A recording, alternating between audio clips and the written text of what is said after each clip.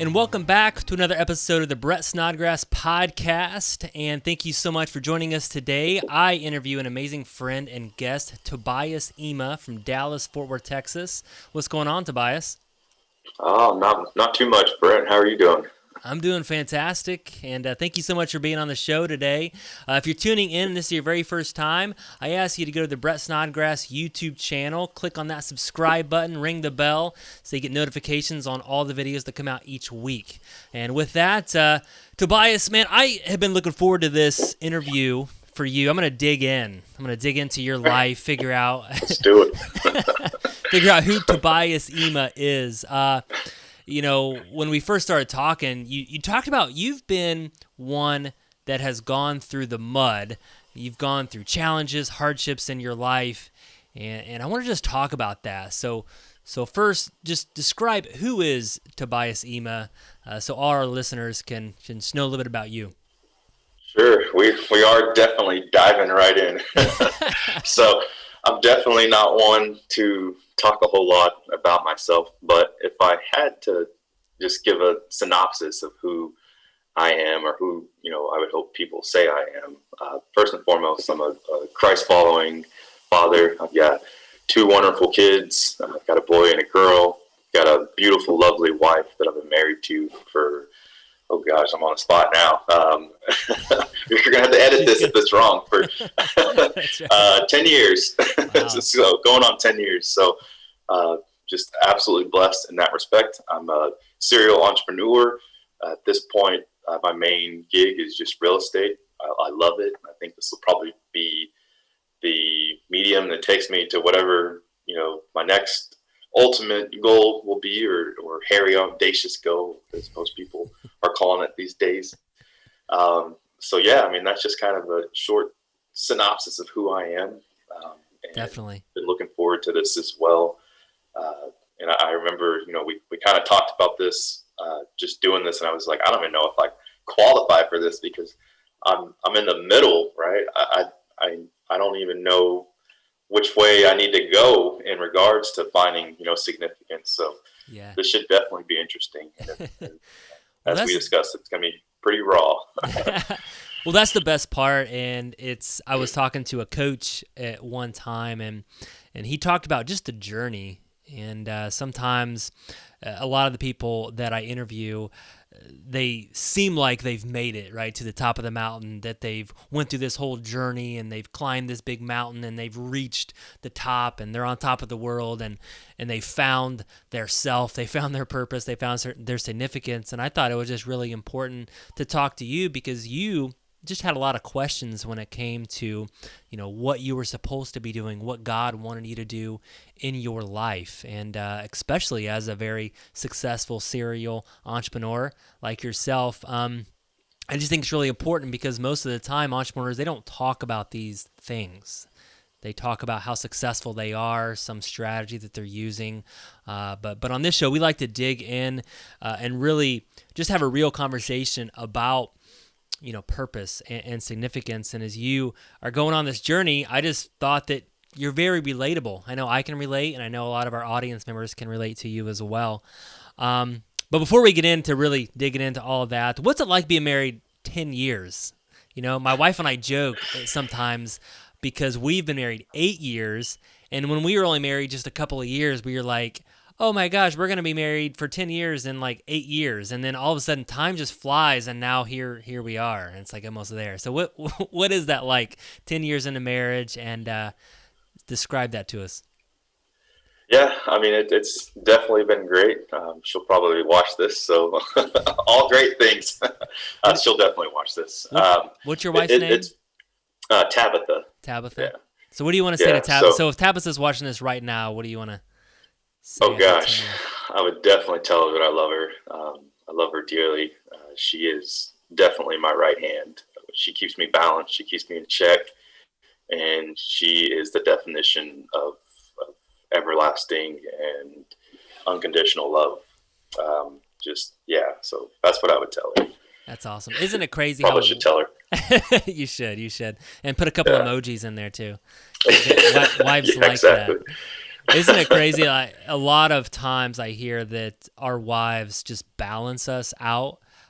It seems like entrepreneurs are just unbalanced, right? We're like just like all throttle, 100 miles an hour, Exactly. pedal to the metal, and our wives kind of ground us out. And I know my wife has done that well. Do you feel like your wife, does she encourage you as an entrepreneur?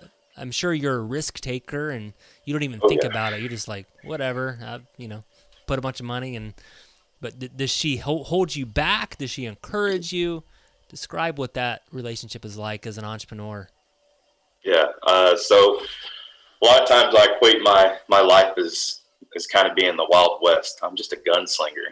I just go out, firing. I'm a madman sometimes, but it's I call it precise chaos. And I think a lot of entrepreneurs can relate to that. We see something that we want or we want to accomplish, we want to do, and we just go out and do it. But it's always nice to have that support. She knows that if I'm dead set on something, I've done my mental calculations or my research or whatever, whatever conviction I have, I'm ready to go. And she always supports that 110%.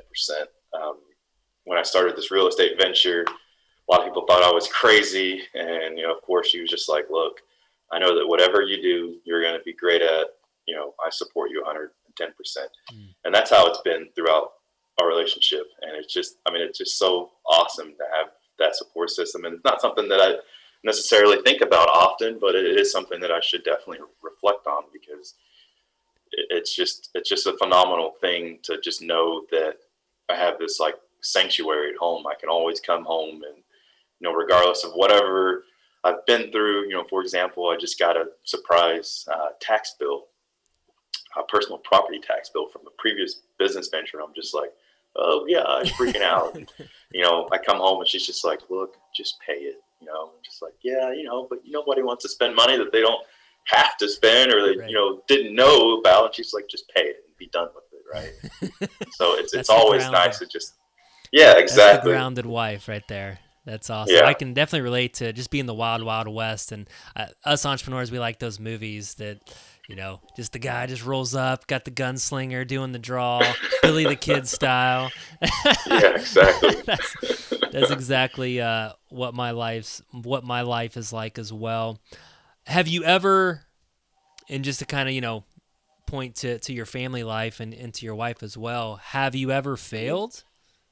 And your wife is there to be a Oh yeah. rock. I mean, we talk about successes a lot, right? As entrepreneurs, I made so Yeah. much Yeah. money or I flipped so many houses, but have you had any failures in your life? You talked about kind of going through the mud. So let's talk about some of this hardship. Take yourself back before real estate. What are some of the hardships that you've had in your life? Yeah, definitely. I feel like everything leading up to this point has been a failure.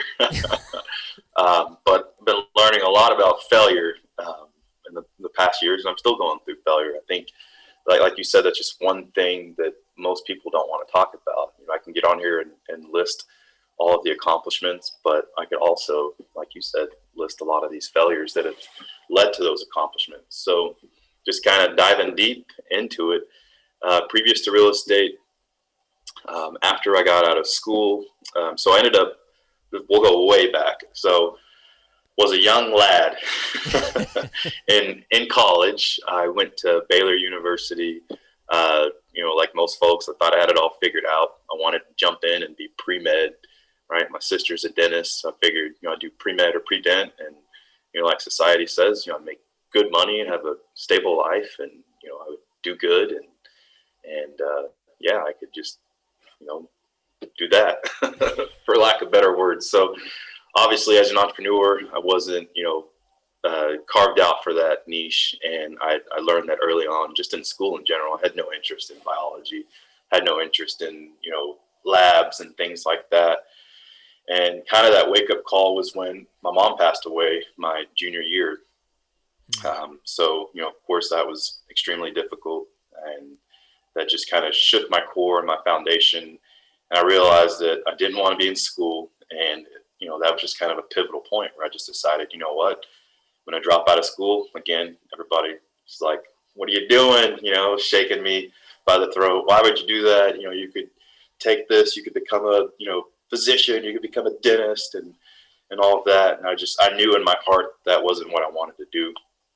I knew that I wanted to make an impact, but that wasn't the kind of impact I wanted to make. And so left school, started flipping anything and everything to just kind of make money and get by, and ended up flipping cars. So did that for a little bit. That little hustle turned into a full-fledged business. And it was kind of one of those things just out of necessity. I needed to make a living. And I knew in my heart, again, that that wasn't what I wanted to do. But, at the time it made sense, and it got me to this point. So how many cars did you flip in a year? Well, when it was a full-fledged business, we were at our height, we were doing about 30 a month, which, wow. For the naked ear, it's like, okay, well, you probably assume that most dealerships do hundreds a month, but a franchise dealer will just throw out like a regular name, like a Chevy dealer or something, might have their used car lot, and that used car lot, might only do 20 to 50 cars a month. So we were pushing a lot of metal. Yeah, that's a lot of cars. I was figuring you were going to say, oh, we did like 20 a year, but wow, 30 a month. That's a big business right there. Yeah, it was good size, but with anything that I do, I want the most. I want to go after it. I wanted, to be at 100. There were some friends that I had that were probably 20, 30 miles away, so they weren't necessarily direct competition, but they were doing 100 cars a month, and that's where I wanted to be. So started leveraging myself, got a bunch of credit lines, started, mismanaging the business in different senses, hiring too many people, not having the right people, or having the right people in the wrong seats, and, all that kind of stuff. And ended up just over leveraging myself, and ultimately had to file bankruptcy. So, as an entrepreneur, that was, that was next to my mom passing away. That was probably one of the worst things to date that I've ever been through, or at least it felt like it. I literally felt like my whole world was coming down before me. I for whatever stupid reason, I thought, oh, my wife's going to leave me. My kid's going to hate me, So you were married. You were married at this time. When you did this. Bankruptcy. Yeah. So wow.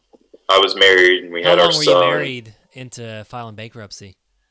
Oh gosh. So the bankruptcy is pretty recent. That was actually only 3 years ago. Wow. So we've been married and together. We've been married for 7, probably together at that point for 10 years. So she was definitely committed and invested in me. But like I said previously, my wife is just the nicest person on earth. She's just so sweet and so understanding. Most wives, and I don't know, maybe this isn't true, but I've had some friends that had to file bankruptcy, and most of the time, you're out there, you're risking, you're running this business, you have to go through this just horrible situation, and you had all this momentum, and all of a sudden it goes all the way, you lose everything. And did your wife ever say, well, why don't you just go out and get a job? Yeah, the dagger. Just go and get a real job. Yeah, exactly. Honestly, and this is what I love so much about her. She never once said that. It was always, if you go out, and I tried. I tried to get a real job. I actually interviewed with some pretty prestigious companies. I actually landed a job. This is a true story. So I landed a job with a company called Thomson Reuters, if they're listening, and it was an excellent sales job. Had a great base, and earning potential was great. The only catch was they wanted me to move to Minnesota, and that's where I would facilitate the training ultimately, and then I would have to move to their headquarters out there. And I get to their location in Addison. It's like 20 miles from where I live. I pull in. I've already landed the job. Manager loves me. He's like, I love the fact that you had a business. You're an entrepreneur. You understand that. You're willing to take these risks. You're sharp. Just everything. I could care less that you didn't complete school and all that other stuff. And, I've got this bright future ahead of me. I pull into the parking lot 30 minutes before I'm supposed to go inside. I call my wife and I say, I can't do it. She was like, I told you, why are you even there? Come back home. I'm like, but babe, we literally have no money. We have no insurance. We've got a kid, and what are we going to do? Like, we can't survive off of, at the time, she just got a job. So we're like, we can't survive off of your income alone. And she was like, look, you're not going to be happy unless you're doing something where you're in charge, where you're leading the charge, or you're, building a business. So come home, figure it out. So yeah, I mean, just reflecting on that, I mean, I just want to go, she's in the other room working from home. I just want to go give her a big hug, just awesome to have that foundation. And in that moment, those words, they meant a lot, but just, going back and saying that now, it has an even deeper impact, just kind of reflecting on that, because that was an extremely low point. It's very, very difficult as a man. I know you say you have other friends that do that and have been through that. And as a man, it's just like, you want to be the provider, you want to be the rock, you want to be the foundation. And then here you are, and your hands are tied. You can't even provide. I don't know if you know too much about the process, but you have a trustee that goes through all of your assets, and if you have anything, it goes to your creditors. So when it's done, you are literally stripped naked. If you've got carpet on the ground, they want that. Wow. If you've got your cell phone, it's like, hey, that's mine now. Like, we want. I'm being like a little dramatic, but no, it's like you come into the world naked, and the creditors take it off. Yeah, exactly. When you buy, you get naked, and or if you file bankruptcy, you're naked. Yeah, exactly. Is going through something like that, I mean, looking back now, is it like refreshing? Or some people say, man, I'm so glad I went through that hardship. Or is it still just super painful? Like, man, I never wish anything like that on anybody else. Or was it a blessing for you? Talk to us about that.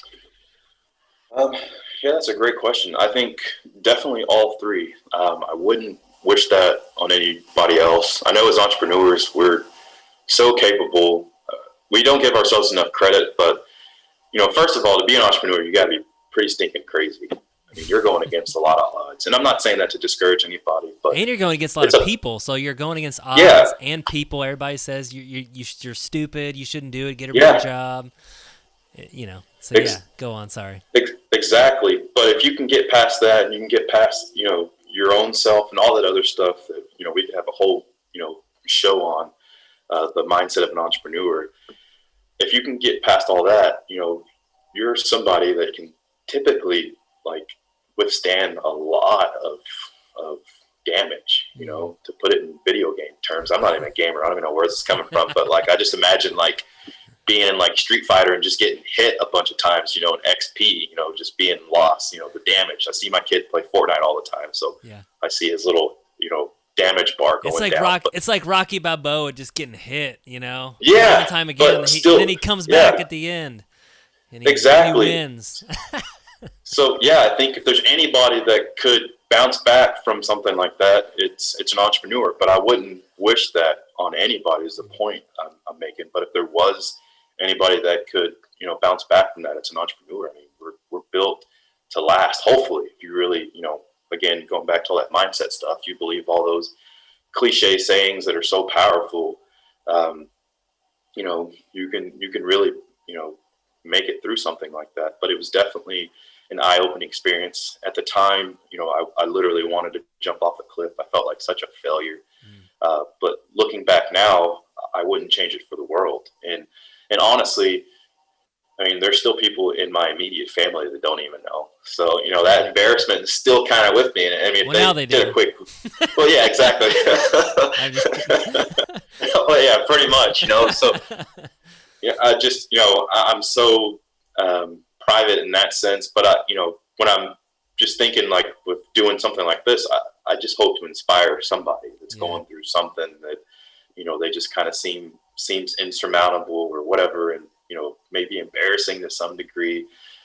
For me, bankruptcy was the ultimate embarrassment. It was just a label, branding, someone just literally stamped my forehead as you're an idiot, you suck at life, you can't, financially handle yourself and yada, yada, yada. But Yeah. it was honestly I had to go through that. I had to pay that tuition, and it really grounded me. It gave me a better understanding of myself and my fortitude, and it gave me a deeper appreciation of the gifts that God has instilled in me, and all of these things. I had all these different revelations, so I wouldn't change it for the world. It's definitely one of the hardest and lowest points of my life, but Did it change? Did it change your relationship with money? Because obviously, bankruptcy seems like it's so much more than money, but that's what that strips all your material possessions away from you. So, like going through that now, looking back, like is your relationship with money different? Oh yeah, definitely. I mean, I used to be a free spender, and I had that philosophy that if I spend it, it'll come back. Whether it was on marketing or employment or anything, I just spend, spend, spend. Now it's a lot more methodical and strategic. So I've got different operating procedures and practices in place to make sure that every dollar is accounted for. I'd always hear that. You hear Kevin on Shark Tank talking about each dollar as an individual soldier, and and again, it's one of those cliche things, but you're just like, whatever. It's just money. It's just it's just keep it flowing, keep it going, and now it's like, okay, every dollar is accounted for, everything's strategic. There's always that kind of voice in the back of my head that's like, I never ever want to be in that situation again. So definitely going to move forward and make sure that have a deeper appreciation, and then just thanking God for the opportunity to be at the point that I'm at now, despite where I was, because 3 years ago, I mean, there was no light at the tunnel, and now it's like, oh my gosh, with God and the things that I'm putting in place and the people and the connections that I'm making, I can literally do anything. I could be the next Elon Musk. Probably not. I mean, that kind of stuff is extremely difficult for someone like me. But in my heart, I believe that I can do just about anything now. So, yeah, let's just dive into that. So you went through this, crazy hardship. Your wife was there to support you, and then you got into was your next. Did you ever get a real job, or was your next venture real estate? No, so I never got a real job. I sort of got I mean, I was contracted. So I had a friend that was in the auto industry. So he was in a very similar situation like me. It's just a very, strenuous business, very, cash hungry, capital intensive business. And he ended up in the same situation. So he got into roofing. He was like, hey man, it's lucrative. It's quick money. It'll get you back on your feet. So I did that for about, I don't know, 6 months, and just it was contracted by a company that just basically gave you all the resources. You handled your book of business, you got 50% of the profits. So it was an easy way to just kind of start generating some money, have some money coming in. Did that for 6 months, was great at it, but just absolutely hated it. Hated selling roofs. But in the process of selling roofs, I started working with a bunch of investors. Investors need roofs, investors need, contractors. And the great thing about the company was that, like I said, that they contracted you, gave you all the resources, and then you basically ran it yourself. So I got to mingle with contractors, investors, insurance agents, all sorts of people that ultimately were connected in the real estate field.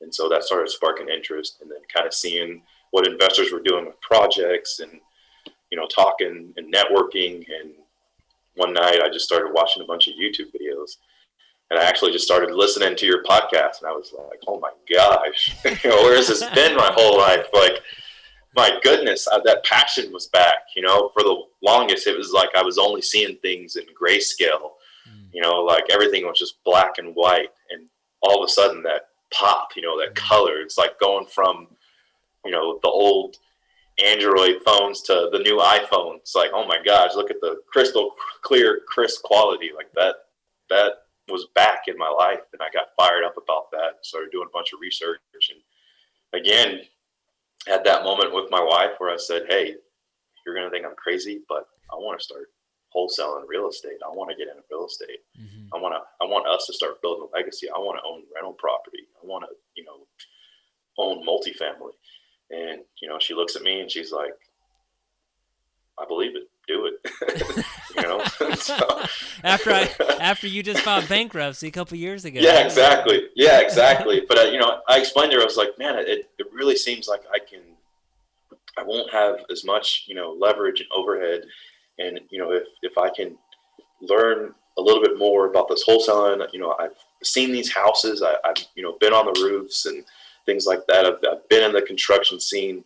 I think I would be really good at this. And it just sounds so interesting. And I'm just like, the more I dive in, the more passionate I'm becoming, and she was all for it. So that was kind of that transition in, but I never actually took a W-2 job. Outside of when I was 16, I've never had W-2 employment. Wow. So 32 years old right now, so I haven't had a W-2 in 16 years. It's crazy. Once you become an entrepreneur, it's so hard to go back and work for someone else, number one. And you honestly forget how to do that. Like, people would ask me weird questions sometimes, like, how do I do an interview or how do I do a resume? And honestly, I don't really know because I haven't done one in so long. It's just kind of crazy. So what's it been like the last couple of years? Gotten into real estate wholesaling. You wanted to do some wholesaling and some rental properties. What's that been like? It sounds like you've been pretty lucrative, pretty successful with it. Yeah. So still, trending up. There's a lot of peaks and valleys, right? But ultimately it's trending up. So just extremely grateful to be in this position and have this opportunity. And, God and grit is what I call it. My back was against the wall after leaving roofing. I decided to just go, full-fledged into real estate. Got my first wholesale deal in it was less than 6 weeks or so. And it was from just looking at a roof. And I was driving in a city called Irving. I saw this house that had a big hole in the roof. And, I was so focused on roofs because I just left the roofing industry. So it's like God just kind of puts these little, things in your path. And I see this roof, it's obviously going to be leaking. So I volunteered to get on the roof and put a tarp on it, and just started talking with the owner, and she ended up having some back taxes. She was in a really bad predicament, needed to sell. And that's just kind of what spiraled the real estate career from there. Fast forward, to date, doing an average of 4 to 5 active wholesale, and then a few other, flips and things like that. It's not a massive portfolio. I've got 5 rental properties. I was hoping to be on and say, I have 100, but definitely we'll get to that point. Very determined. So, in just a few short years of actively being in real estate, I'm at the 2.5-year mark. I've got 5 rentals, and I've done well over 100 transactions. That's awesome. That's awesome. Anybody that can just say that. And the thing is like we're in a very high margin business. So, doing 100 transactions, it's not like you're selling widgets or cars or coffee or whatever. Yeah, $1,000 a pop. That was basically with tons of overhead. But yeah, you're right. Yeah. Even smaller than that. What is a widget? I don't know. It's like I was thinking of like a fidget spinner or something. I was like, I don't know, just selling a T-shirt on Etsy. I don't know. Yeah, exactly. $2 margin or something. I don't know. Some T-shirt seller's gonna be like, they're not $2 margin. Whatever it is. It's just So I just want to paint that picture. So number one, guys, if you're listening, we all go through hardships, I think, is the biggest thing.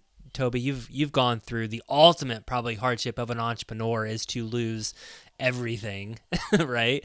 But you still had your family. If you could choose one or the other, if you could lose all your material possessions versus I've seen some entrepreneurs have all their material there and they lose their family, right? And that's even way worse. So I just want to kind of paint that picture to you. And then you reached out to me. We had a conversation about a month or so ago. and you've been very successful with wholesaling, doing 100 transactions, and you are, I would consider, a very successful entrepreneur right now. You got the world just, you can go, you can continue building this wholesale business. You can do 1,000 transactions. You can get up to 100 rentals or 200 if you want to. I mean, like you said, you're pretty much unstoppable. You know the processes in the system, and now it's just kind of putting it together, being consistent with it all, and building it from there. You could do that. But the conversation that we had was a little bit different because I started talking about, which I always open up this can of worms. I go to these events and everybody's talking about, I'm doing this many deals or making this much money. And I talk about, well, I'm just searching for purpose in my life. And I always make everybody feel weird and uncomfortable.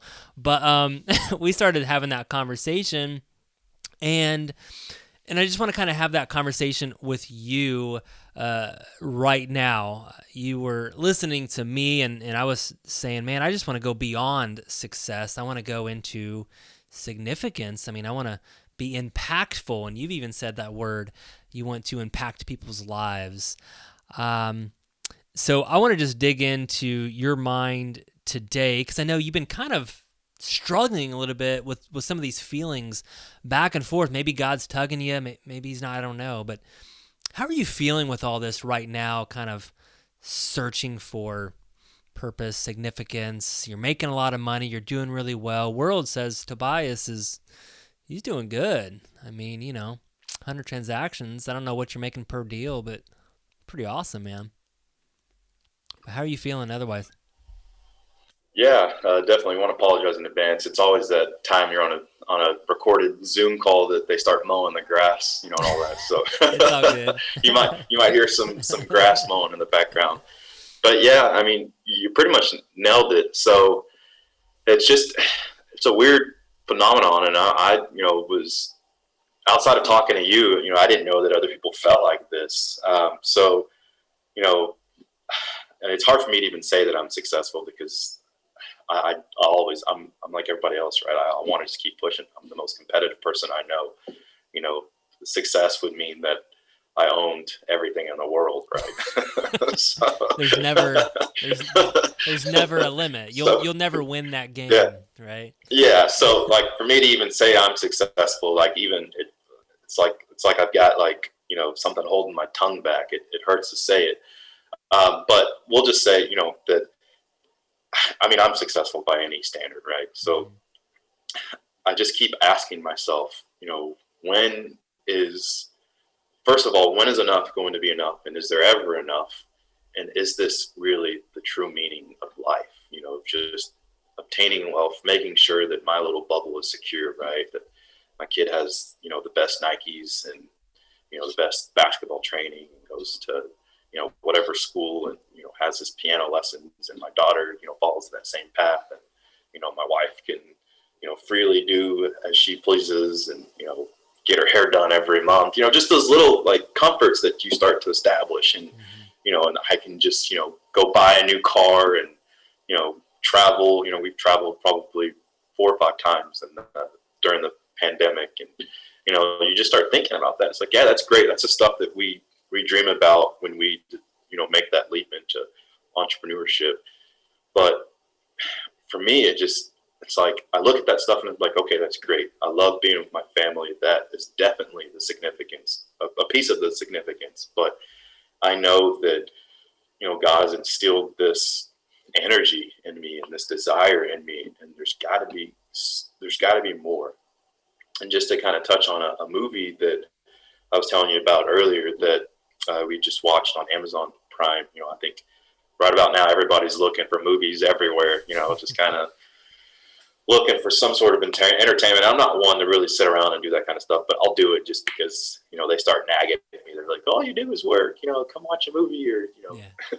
all you do is listen to podcasts. And so I was like, okay, if we're gonna do this, we're gonna watch something that at least has some sort of message. So we watched this movie called Mully, and it's about a Kenyan entrepreneur that rags to riches story, but the ultimate rag to riches story, because it talks about an individual that literally comes from the mud. I mean, he comes from the slums and is able to make it and be extremely successful despite being abandoned by his parents and, living on the streets for, I think it was something like 10 years of his life. And he ends up, building several different businesses. The ultimate entrepreneur, has achieved this great standard of life. He's traveling to the States, he's traveling to Europe and doing business internationally. And he's, made, such a great name for himself. His name is literally everywhere. It's plastered everywhere. And just one day he goes back to kind of the area that he grew up, and he's faced with essentially himself, right? He meets some kids that are in the same situation that he was years before. And after that, his heart was just never the same. And he starts wrestling with God. And ultimately, God tells him, look, give up making money, and I want you to focus on, building, my kingdom, building these children up, helping these kids that, have nothing, that have been abandoned, the lost children. And so ultimately, he gives up everything. Everybody in his family thinks he's crazy. His friends think he's mad. His business, acquaintances think he's, just, in a different stratosphere. How could you give up everything? You're at the pinnacle of success. And so I kind of feel as like, God puts these things in your path for a reason, right? And, I heard someone say the other day, I think it was a CEO of Lululemon. He was like, I have a 3-ring rule. If I hear something 3 times, then I've got to do it.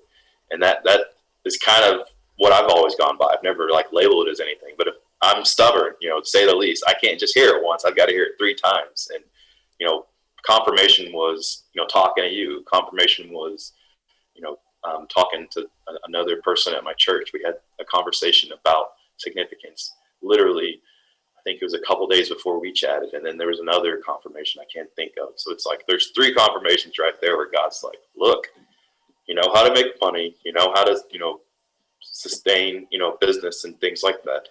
Now let's start talking about giving back. Let's start talking about the significant aspect. And I was like, wait, that's not in the entrepreneurial Bible. We talk about like our stressors and our battles, not worrying about the next person and adding a significance element in it. So that's kind of where I'm at right now. And that's why, in the beginning of the show, I was saying, I don't know that I'm even qualified because, I would hope to be the kind of person that comes on here and says, I'm impacting, I'm doing this, but I'm at a fork right now where I'm trying to figure out where I need to be to start giving back and start, using the gifts that God's given me to help and reach others in his name, in his son's name. Wow. That's thanks for sharing that. I'm definitely going to check out that movie. You said the movie was called Mully? Yeah, Mully on Amazon Prime. Sounds like amazing, just an amazing story, and love to just check that out. If you guys are listening or watching this, I would just encourage you to check that out. Sometimes God puts things in our life that really just impact us, and I think it really impacted you. I mean, you even talked to me about you couldn't hardly sleep at night. I mean, something about that really touched you. Do you feel like that, God could be leading you to do something like that? Not saying you have to give up everything, but oh gosh, what's that? Obviously, God's stirring something in your heart, and when the Holy Spirit starts tugging at you. I mean, honestly, the world standards, you are very successful. I mean, if you watch any type of entrepreneurial thing or success story, a lot of it has a lot of the stuff that you've talked about. I can go out and buy a brand new car if I want to, or have a vacation home if I want to, travel anywhere that I want to go and see a sunset just in a different location if you wanted, right? So in the world's eyes, you're very, very successful, but I believe that our purpose is to really go to where God calls us to, and that's different for everybody. It is very different for everybody, and I know that I've seen some of the kids that you've been talking about. I've been on missions trips and, going through those types of experience and coming home. You are changed for sure. And you sit in your very comfy home and it's hard to do that knowing and seeing other people suffer and they're so happy and you're living in your mansion and just kind of miserable sometimes, right? And you're like, and then you start to think about these things. So what were some of the things that you thinking about last night? I mean, after watching this movie, and have you talked to your wife about this? What are some of these conversations looking like? Yeah, definitely. So we actually talked last night. I couldn't sleep. And I was just thinking, like, I said, babe, if we were in that position and God, told us to give up everything, could we? And, she flipped the question. She was like, could you? And I was like, and I told her, I was like, I'm just being honest, and this hurts to say, I don't think so. That would be very, very difficult, especially going back to what I said. I mean, I need 3 times. He would have to speak to me in an audible voice, Toby, save my children or something like that, and obviously I don't want to be at that point. So those are things that I'm currently battling with and just praying about and just, asking God to just mold me and use me as he sees fit and just comfort me in whatever decision that is, and yeah, that's why, this is raw. So I don't even feel like I'm qualified to be in this seat, because I'm sure there's someone else that's just like, just super passionate about something and is giving back to some, 10th power. But I'm just a guy that knows that I need to do something. And that's definitely tugging at my heart. It's something I think about every single day. Yeah. Every time I'm doing a transaction, I'm just like, okay, this is great, but there's got to be more to just transactions. There's got to be a deeper, and I know there is because my faith tells me so. But yeah, it's a struggle right now, definitely. Yeah. Well, I think it's just very relatable. I think there's a lot of people, like I said, since I've started doing podcasts like this, people have been reaching out to me and they're having the same struggles, and they're making a lot of money, they're entrepreneurs, and they don't really know what their purpose is. They don't really know how to find it either. And, and like I said, this is just a deep question.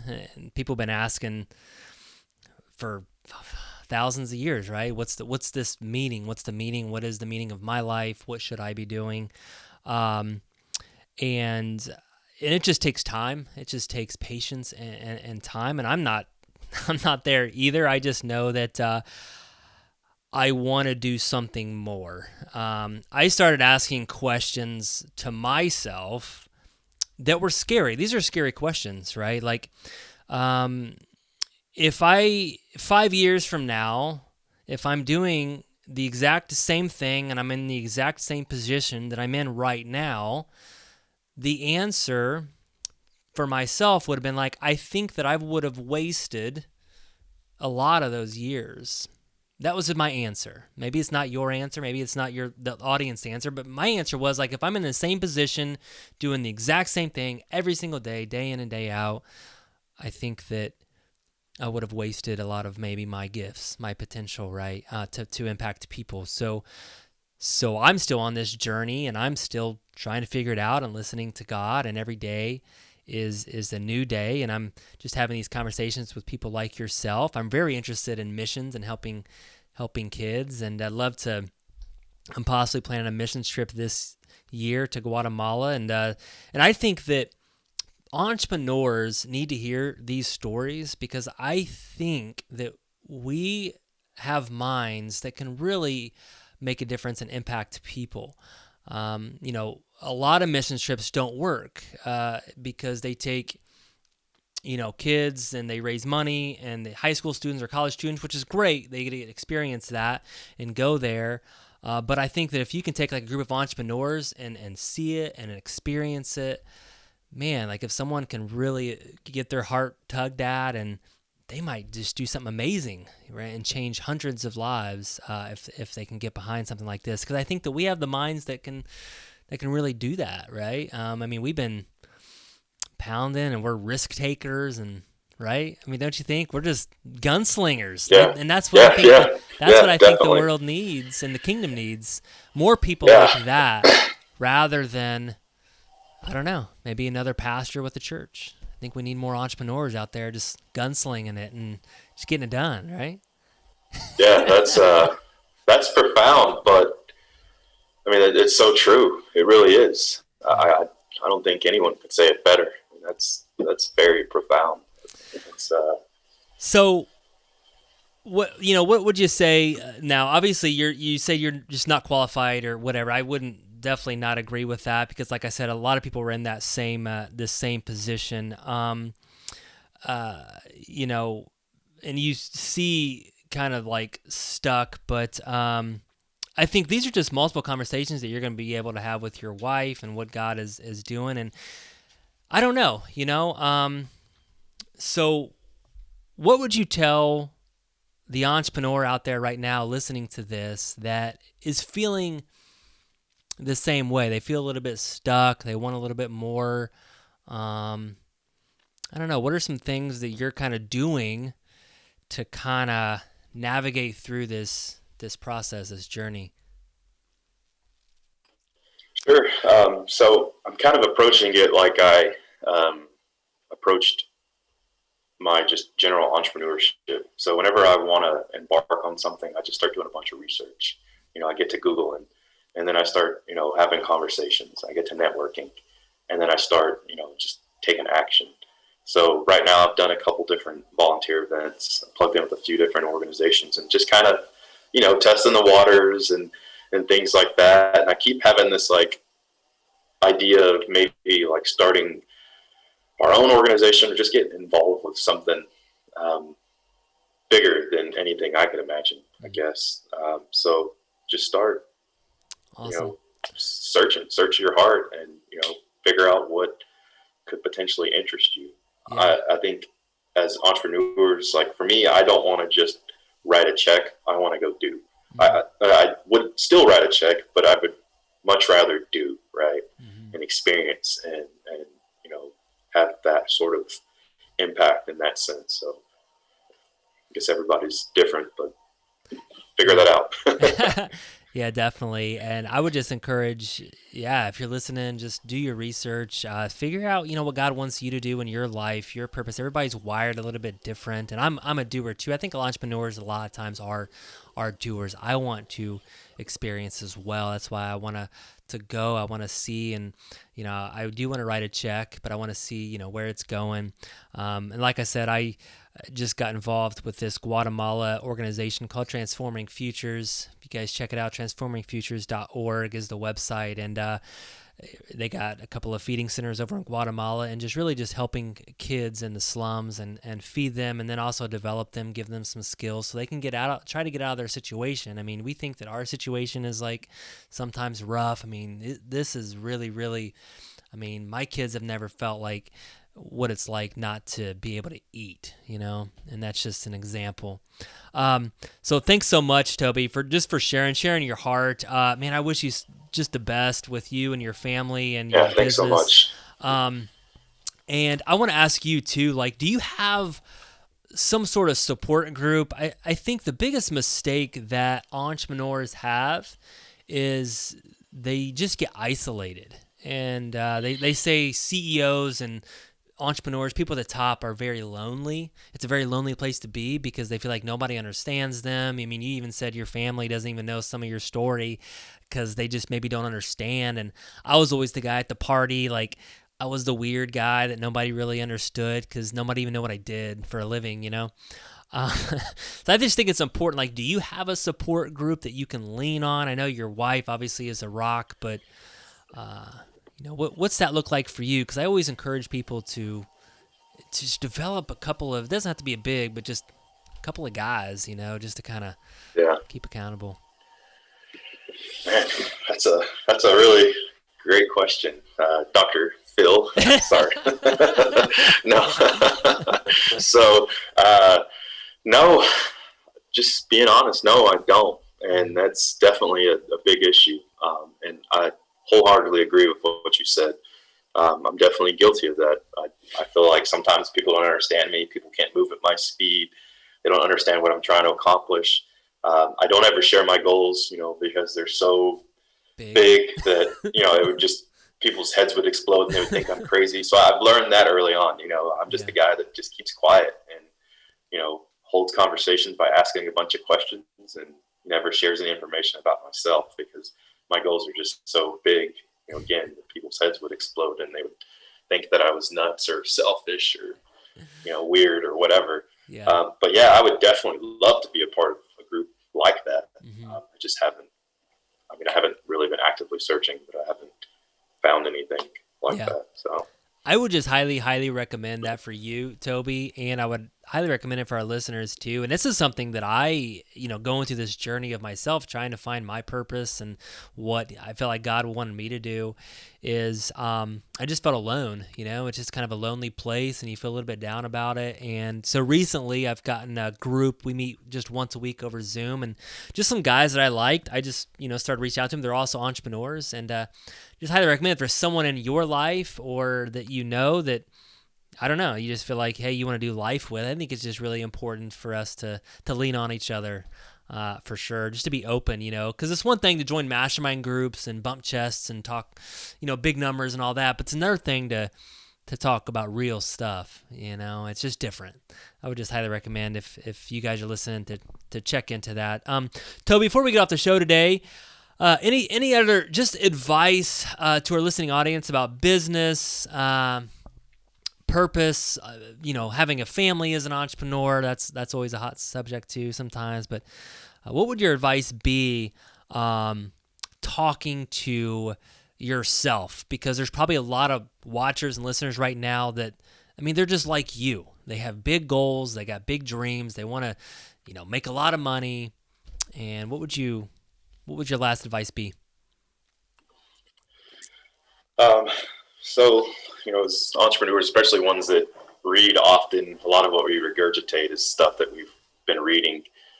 So I'm reading, I just finished a book by David Stewart, and it's called, I think it's titled Biblical Business Teachings. And he just kind of goes over the whole life of an entrepreneur and gives some of his life examples and things like that. And the main point of the book is just to really get you to understand that everything, falls back on your relationship with Christ, and just trusting God and trusting the process.